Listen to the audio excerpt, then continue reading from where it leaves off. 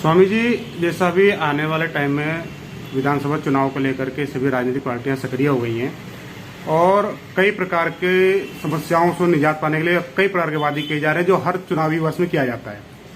तो जिस तरीके की आपकी पार्टी भी अब लगभग 70 हो गई है और मतलब चुनावी मैदान में उतरने की तैयारी में है, तो आपकी पार्टी भी इस तरह के वादे करेगी या काम भी करेगी? देखिए, 2000 में उत्तराखंड राज्य की स्थापना हुई।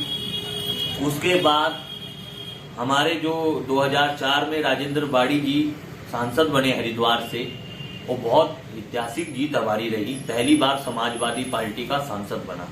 सारी उम्र अमरीश कुमार जी मतलब 80 से चुनाव लड़ रहे थे 94 तक, लेकिन कभी भी उनको विजय प्राप्त नहीं हुई।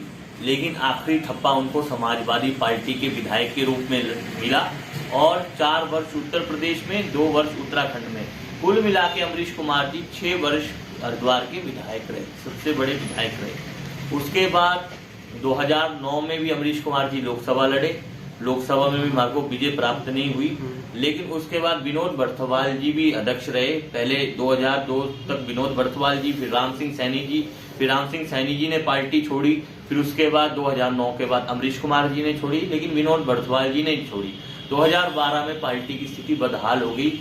25 सीटों में लड़ी, 17 में 20 सीटों में लड़ी।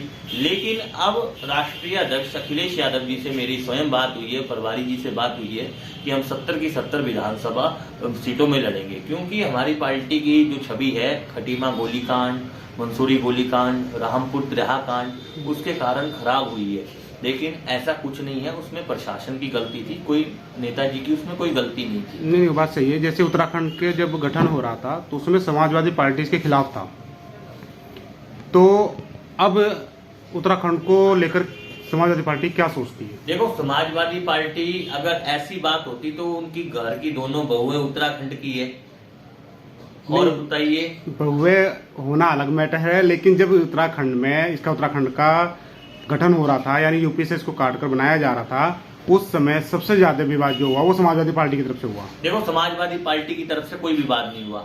रमाशंकर कौशिक समिति बनी, जिसमें रमाशंकर कौशिक जी उत्तराखंड समिति, इस कौशिक समिति के अध्यक्ष थे। पौड़ी में सेमिनार हुआ, हल्द्वानी में सेमिनार हुआ, देहरादून में सेमिनार हुआ। स्वयं इंद्रमणि बडोनी जी ने उनकी तारीफ की, नेताजी की तारीफ की। स्वयं इंद्रमणि बडोनी जी ने नेताजी को माना कि नेताजी एक नेता है जो उत्तर प्रदेश विधानसभा में प्रस्ताव पारित करके उत्तराखंड बनेगा। अगर औद्योगिक क्षेत्र के लिए मैदान के जिले नहीं होंगे तो ऊपर पहाड़ का विकास कैसे होगा?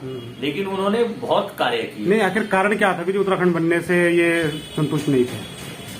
देखिए, हमारा कोई कारण नहीं था, खाली एक राजनीतिक वहम है और उसमें से बीएसपी भी शामिल है, बीजेपी भी शामिल है, कांग्रेस भी शामिल है उसमें। नहीं, सबसे ज्यादा उस समय, क्योंकि यूपी में जब उत्तराखंड का वो हो रहा था तो सपा सरकार थी। जब गठन हुआ तो उसमें टिकैत साहब को भी इनको कहीं न कहीं से सपोर्ट की गई थी और टिकैत साहब भी नहीं चाहते थे कि इसका गठन हो उत्तराखंड का। उत्तराखंड का गठन क्या, उत्तराखंड से हरिद्वार को बाहर करना चाहते वो, उनका तो स्थिति उनका। देखो, वो तो हरिद्वार को बाहर करने का जो मुद्दा उठाया, देसी पहाड़ीवाद हुआ। अगर हरिद्वार का जो क्षेत्र था, इन्होंने बहुत बड़ा क्षेत्र लिया।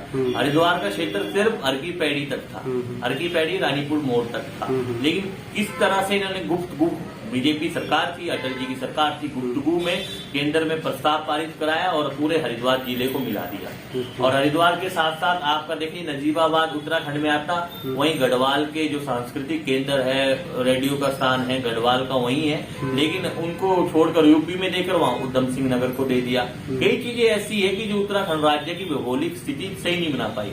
नहीं, वो भी ठीक है। और दूसरी बात, जब से मतलब यहाँ पर उत्तराखंड बना है, कांग्रेस और भाजपा के अलावा दूसरी कोई सरकार नहीं बनी है। देखो, सरकार इसलिए नहीं बनी, देखो 2002 से नारायण दत्त तिवारी जी मुख्यमंत्री रहे 7 तक, लेकिन सम्मान किसने दिया? समाजवादी पार्टी ने दिया।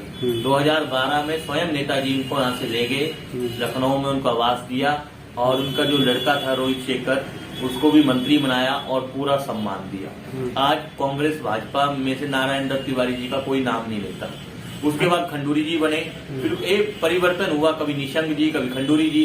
पहले भी देखो 2001 में हमारे 3 विधायक थे, राम सिंह सैनी जी, मुन्ना सिंह चौहान जी और अमरीश कुमार जी। नहीं तो उसके बाद से कि यहाँ विधायक क्यों नहीं बन पाए आपकी सरकार के? देखिए, आपकी हमारी पार्टी थोड़ा संगठन में भी कमी रही है, हमारे में भी कमी मतलब रही आप ये मानते हो कि आपसी कलह है आपकी मतलब जो आपसी पार्टी? कलह ही नहीं है, हमारे संगठन में इसलिए कमी रही है। लोग हमारे रामपुर तराया का जो कांड हुआ उसके कारण से हमारे से चिढ़ते, लेकिन 2004 में हमने विधायक क्या सांसद जिताए, जिला पंचायत के सदस्य जिताए। 2018 का 13 का जो निकाय चुनाव हुआ अल्दौनिक में, अच्छा हमारा बोर्ड परिषद रहा। लेकिन अब जो 2022 में हम 70 की 70 विधानसभा में लड़ेंगे। अब उत्तराखंड में बनेगी, हमारे बिना सरकार कोई सी ही नहीं बनती और इस बार निकलेगी हमारी सरकार। चलिए, तो हमारी भी कामना है कि आपकी सरकार